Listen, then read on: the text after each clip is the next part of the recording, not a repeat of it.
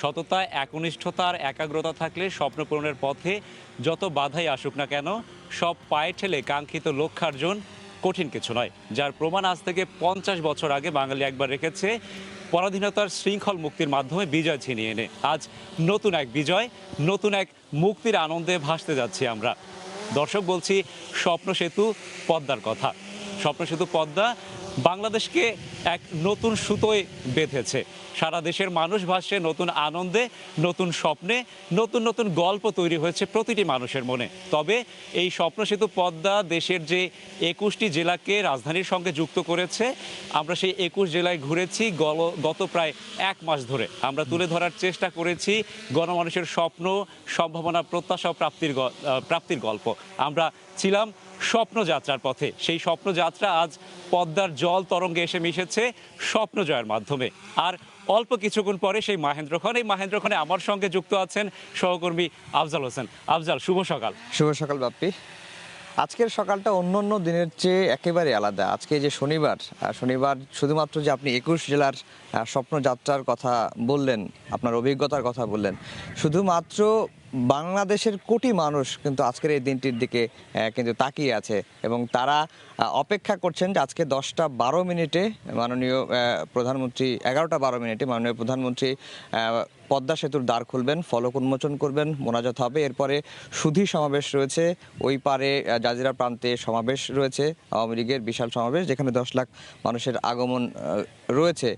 সব মিলিয়ে এখন পর্যন্ত চূড়ান্ত প্রস্তুতি সম্পূর্ণ হয়ে গেছে। এর মধ্যে এখন শুধু অপেক্ষার পালা সেই মাহেন্দ্রক্ষণের।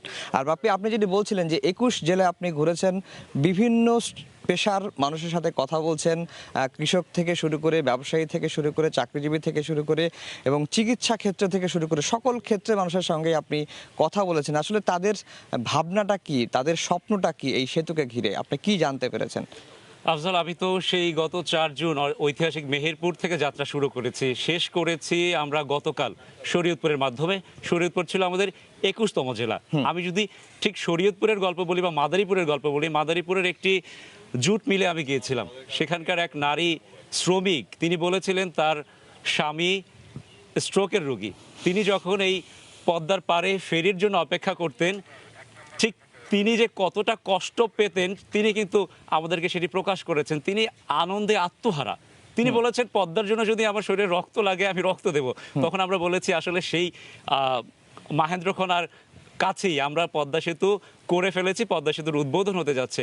তারা শুনেছেন, তারা বলেছেন তারা ছুটি নিয়ে ছুটে আসবেন এই পদ্মার পারে। হয়তো তারা এসেওছেন, কারণ আমরা দেখেছি কিছুক্ষণ আগে একে একে লঞ্চ আসতে শুরু করেছিল। অর্থাৎ লঞ্চের কথা এই কারণে বলছি আফজাল, লঞ্চ যোগেই কিন্তু দক্ষিণাঞ্চলের মানুষ রাজধানীর সঙ্গে বেশিরভাগ যোগাযোগ রক্ষা করতেন। আমরা দেখেছি আনন্দে ভাসতে ভাসতে এই দক্ষিণের মানুষজন আসতে শুরু করেছেন। আপনি যেমন লঞ্চের কথা বললেন, কালকে একটি মর্মান্তিক ঘটনাই ঘটেছে, যেটি বললে হয়তো মানুষ বুঝবেন যে মানুষ এই পদ্মা সেতুর প্রয়োজনীয়তা কতটুকু ছিল। কালকে যখন মাওয়া ঘাট থেকে সবশেষ ফেরিটি যায়, সেই সময় একটি অ্যাম্বুলেন্স কিন্তু সেখানে ছিল এবং এই যাত্রাপথেই অ্যাম্বুলেন্সে থাকা রোগীটি ফেরিতেই মারা গেছে। অনেক তার স্বজনরা বলছেন, বিভিন্ন গণমাধ্যমে এরই মধ্যে এসেছে যে যদি পদ্মা সেতুটা থাকতো, এর আগেই যদি করতে পারতাম, তাহলে হয়তো দ্রুতই রোগীকে ঢাকায় নিয়ে যাওয়া হতো, উন্নত চিকিৎসা দিলে হয়তো তিনি বেঁচে থাকতে পারতেন। এটি আসলে বোঝা যায় যে পদ্মা সেতুর প্রয়োজনীয়তা কতটুকু। হ্যাঁ, কি বলছেন? আমাকে তাহলে আরেকটু পেছনে ফিরে যেতে হবে। আজ থেকে 8 বছর আগে আমরা যদি চিন্তা করি, পিনাক 6 লঞ্চের কথা চিন্তা করি, আমরা তো ফেরির কথা বলছি। ফেরির বাইরে কিন্তু ছোট ছোট লঞ্চে করে এই পার থেকে ওপারে যাওয়া, ওপার থেকে এপারে আসার কর্মযজ্ঞটি মানুষ করতেন। এবং সেই পিনাক 6 লঞ্চটি যখন ডুবে যায়, সবার চোখের সামনে দিনের আলোতে সকালের দিকে লঞ্চটি ডুবে যাচ্ছিল এবং সেই ভিডিও চিত্র আমরা দেখেছি কিভাবে মানুষের হাহাকার। অনেক মানুষ সেখানে ডুবে গিয়েছে এবং মর্মান্তিক হলো সত্য, সেই লঞ্চটি আজ পর্যন্ত উদ্ধার করা যায়নি এবং অনেক যাত্রী, প্রায় 100-র মতো যাত্রী এখনো নিখোঁজ, আর তাদের সন্ধান পাওয়া যায়নি।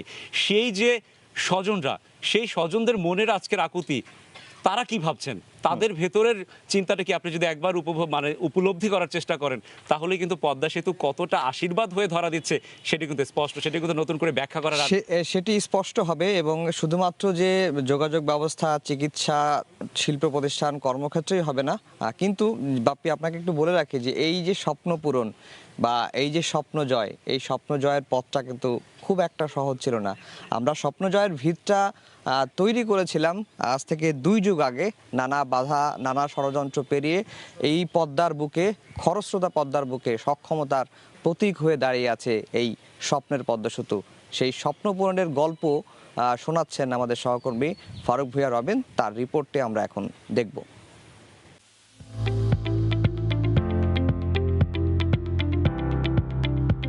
প্রমত্তা পদ্মার বুকে এই বৃহৎ স্থাপনা জানান দিচ্ছে স্বপ্ন জয়ের। যে স্বপ্নের বীজ বোনা হয়েছিল আজ থেকে আরো 2 যুগ আগে, আর সে স্বপ্ন বাস্তবে রূপ দিতে পেরোতে হয়েছে নানা চড়াই উতরাই আর ষড়যন্ত্র। ফেরা যাক 2 যুগ আগে, সময়টা 1998। যমুনা নদীর ওপর উত্তরবঙ্গের সঙ্গে সংযোগ স্থাপনকারী বঙ্গবন্ধু সেতুর উদ্বোধন করেন প্রধানমন্ত্রী শেখ হাসিনা। এরপরই উদ্যোগ নেন দেশের দক্ষিণ ও দক্ষিণ পশ্চিমাঞ্চলের সঙ্গে দূরত্ব ঘোচাতে পদ্মায় সেতু নির্মাণের। দেশীয় অর্থায়নে শুরু হয় প্রাক সম্ভাব্যতা যাচাই। এরপর জাপানের সহযোগিতায় 2001 সালে হয় সম্ভাব্যতা যাচাই। স্বপ্ন বুননের প্রথম ধাপে সে বছরের 4 জুলাই মাওয়ায় সেতুর ভিত্তিপ্রস্তর স্থাপন করেন প্রধানমন্ত্রী শেখ হাসিনা। তবে স্বপ্ন জাগানিয়া প্রকল্পে স্থবিরতা আসে ক্ষমতার পালাবদলে। 2003 থেকে 2005 সাল পর্যন্ত আবারও সম্ভাব্যতা যাচাই হলেও সেতু নির্মাণে দেখা যায়নি আর কোনো অগ্রগতি। এরপর 2007 সালে উন্নয়ন প্রকল্প প্রস্তাব বা ডিপিপি অনুমোদন ছাড়া উল্লেখ করার মতো কোনো কিছুই হয়নি সেনা সমর্থিত তত্ত্বাবধায়ক সরকার আমলেও।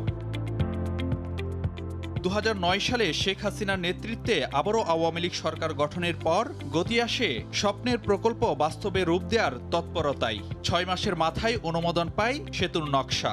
শুরু হয় অর্থ সংস্থানের তোড়জোড়। ধাপে ধাপে নিশ্চিত করা হয় সবকিছুই। 2011 সালের 28 এপ্রিল পদ্মার বুকে ভাষা শহীদ বরকত ফেরিতে চুক্তি সই হয় বিশ্ব ব্যাংকের সঙ্গে। এরপর চুক্তিবদ্ধ হয় এশীয় উন্নয়ন ব্যাংক, জাইকা ও আইডিবি।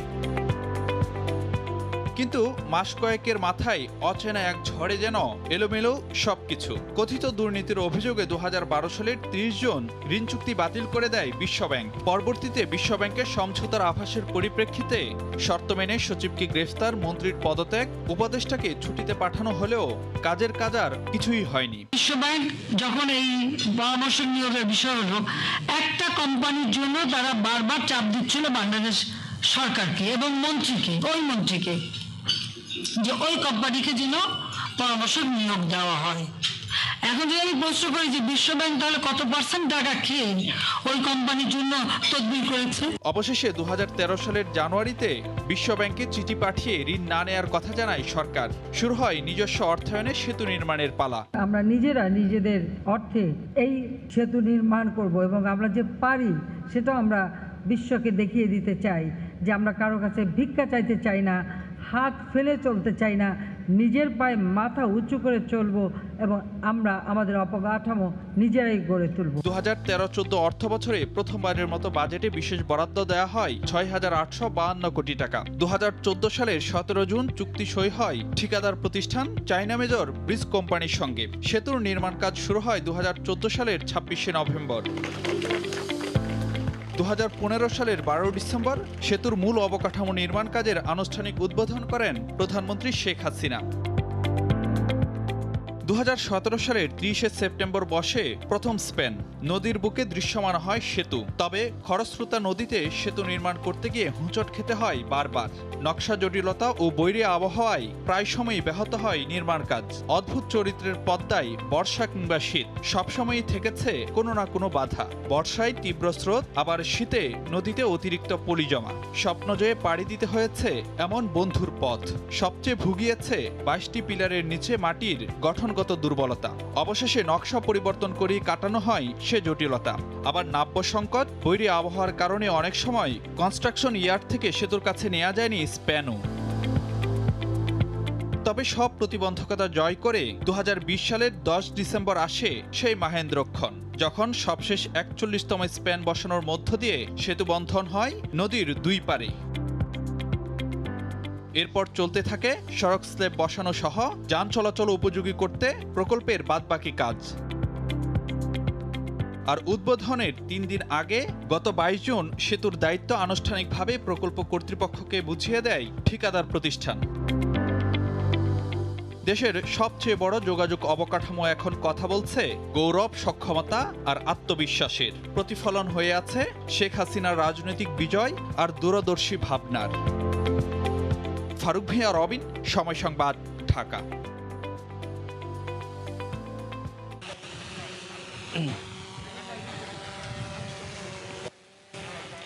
স্বপ্নজোর গল্প তো শুনলেন বাপ্পি।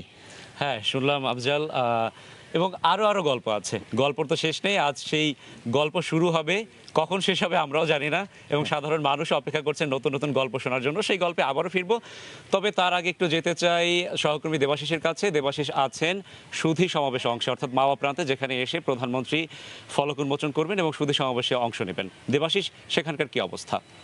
ছোঁয়ার দিন, এবং এই দিনের জন্য অপেক্ষা করতে হয়েছে বাঙালিকে 100 বছর, এবং সেই 100 বছরের বিভেদ, 100 বছরের যে বিভাজন, সেই বিভাজন ভেঙে, সেই বিভাজন ভুলে, সেই বিভাজন ঘুচিয়ে আজ কিন্তু এই দক্ষিণ জনপদের 21 জেলার সঙ্গে রাজধানীর অটুট একটি চিরকালের বন্ধন তৈরি হবে। এবং সেই বন্ধনের সেই সময়টি, অর্থাৎ সেই মাহেন্দ্রক্ষণের জন্য অপেক্ষা আর মাত্র 4 ঘন্টা। অর্থাৎ দশকের পর দশক যে দুর্ভোগ মানুষ পুহিয়েছে, সেই দুর্ভোগ পোহানোর যে দুর্ভোগ শেষ হবার যে সকাল, সেই দিনটি কিন্তু শুরু হয়েছে। এবং ঠিক এই মুহূর্তে আমার টেলিভিশন ক্যামেরায় যেটি আপনারা দেখতে পাচ্ছেন, সেটি হচ্ছে মাওয়ার যে প্রান্তটি রয়েছে, অর্থাৎ মুন্সিগঞ্জের মাওয়া প্রান্ত। সেই মাওয়া প্রান্ত থেকে কিন্তু এই মহাযজ্ঞ, অর্থাৎ মহা অনুষ্ঠানের এই জায়গা থেকে আমরা যদি বিচার করি, তাহলে বলা যায় যে এই পুরো অনুষ্ঠানটি কিন্তু শুরু হচ্ছে এই মাওয়া প্রান্ত থেকে।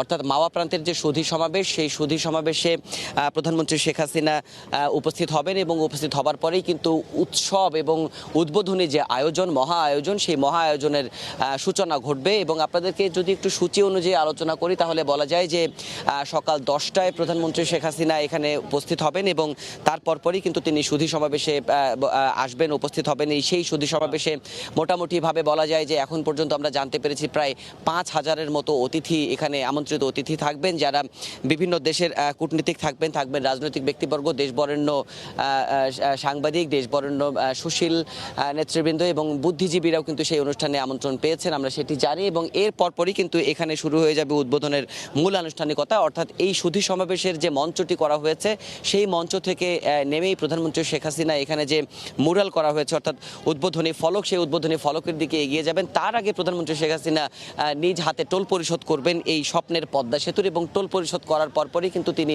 এগিয়ে যাবেন উদ্বোধনী ফলক এবং মুরাল 1-এর দিকে। সেই উদ্বোধনী ফলক উন্মোচন এবং মুরাল 1, অর্থাৎ বঙ্গবন্ধু শেখ মুজিবুর রহমান এবং এই সেতুর মূল স্বপ্নদ্রষ্টা এবং বাস্তবায়নকারী প্রধানমন্ত্রী শেখ হাসিনা, তাদের প্রতিকৃতি নির্মাণ করা হয়েছে, এবং সেই মুরালগুলো কিন্তু এখানে উন্মোচন করা হবে। এবং তার পরপরই কিন্তু এই স্বপ্নের সেতু পাড়ি দেবেন প্রধানমন্ত্রী শেখ হাসিনা প্রথমবারের মতো, এবং প্রথম যাত্রী হিসেবে একই রকমভাবে কিন্তু তিনি এই সেতুর উদ্বোধন ঘোষণা করবেন। এবং এই সেতুর যে দুয়ার খুলে যাওয়া, অবারিত সম্ভাবনার সেই দুয়ার খুলে যাওয়ার বার্তা তিনি দিয়ে যাবেন এই মাওয়া প্রান্ত থেকেই। এর পরপরই তিনি মাওয়া প্রান্ত অতিক্রম করে যখন জাজিরা প্রান্তে যাবেন, জাজিরা প্রান্তে প্রধানমন্ত্রী শেখ হাসিনা পৃথক আরও একটি উদ্বোধনী ফলক এবং একই সঙ্গে মুরাল 2 সেটিও উন্মোচন করবেন। এবং তার পর সেখান থেকে তিনি কাঁঠালবাড়িতে চলে যাবেন। সেখান থেকে তিনি মাদারীপুরের শিবচরে যে আওয়ামী লীগ আয়োজিত জনসভার আয়োজন করা হয়েছে, সেই জনসভাতে তিনি যোগ দেবেন। এখন পর্যন্ত যে সূচিটি রয়েছে, সেই সূচি অনুযায়ী বলা চলে যে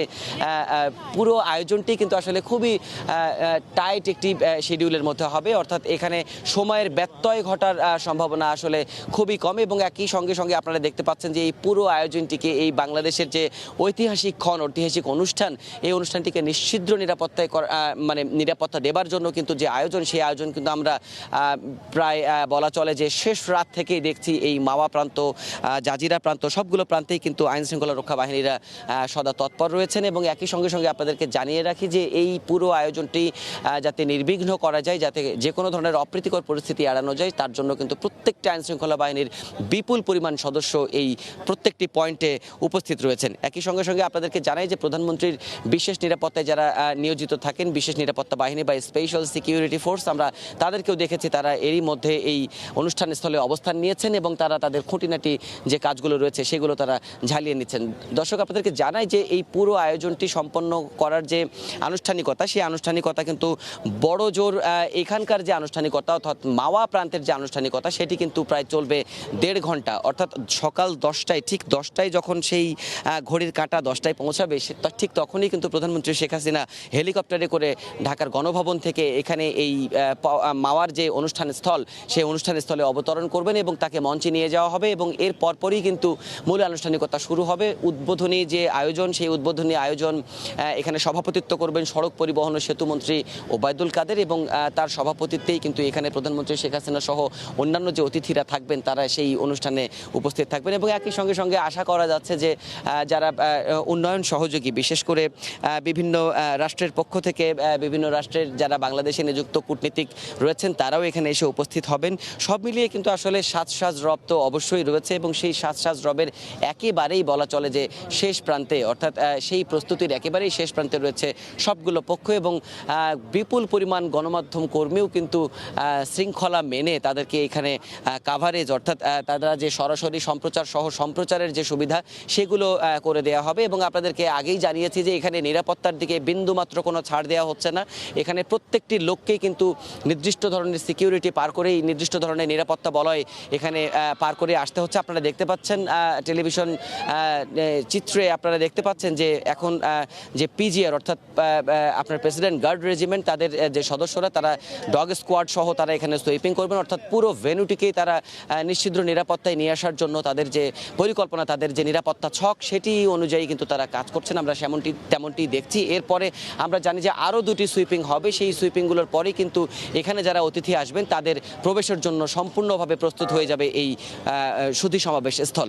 দর্শক আপনাদেরকে আরেকটু তথ্য জানাই যে এই পার থেকে আনুষ্ঠানিকতা শেষে প্রধানমন্ত্রী শেখ হাসিনা যখন ওই পারে যাবেন, অর্থাৎ এই স্বপ্নের সেতু অতিক্রম করে, স্বপ্নের সেতু পাড়ি দিয়ে তার গাড়ি বহর যখন জাজিরা প্রান্তে পৌঁছাবে, সেই জাজিরা প্রান্তে পৌঁছানোর সবগুলো চিত্র আসলে প্রত্যেকটি মুহূর্ত আসলে খুবই ঐতিহাসিক। এই আজকের দিনের প্রতিটি মুহূর্ত আমরা দেখানোর চেষ্টা করব আপনাদেরকে। আপনারা সময় সংবাদের সঙ্গে থাকুন, আমরা সময়ের পর্দায় দেখানোর চেষ্টা করবো এই ঐতিহাসিক ক্ষণ কিভাবে উদযাপন করছে বাংলাদেশ। যদিও এই পুরো আয়োজনটি 3টি জেলা মিলে, অর্থাৎ মুন্সিগঞ্জের মাওয়া প্রান্তের পাশাপাশি ওই পাশে রয়েছে শরীয়তপুরের জাজিরা প্রান্ত, সেতুর আরেক প্রান্ত এবং সেখান থেকে মাদারীপুরের শিবচর, অর্থাৎ যদি বলা যায় তাহলে এই পুরো ঐতিহাসিক আয়োজনটি কিন্তু 3টি জেলায় একসঙ্গে অনুষ্ঠিত হতে যাচ্ছে এবং এই যে উৎসবের রেশ, সেই উৎসবের রেশ কিন্তু ছড়িয়ে পড়বে সারা দেশে এবং সেই প্রস্তুতি কিন্তু এখন পর্যন্ত আমরা লক্ষ্য করছি যে এখানকার যারা কর্মরত সংশ্লিষ্ট কর্মকর্তারা রয়েছেন তারা সেগুলো সবশেষ মতো ঝালিয়ে নিচ্ছেন এবং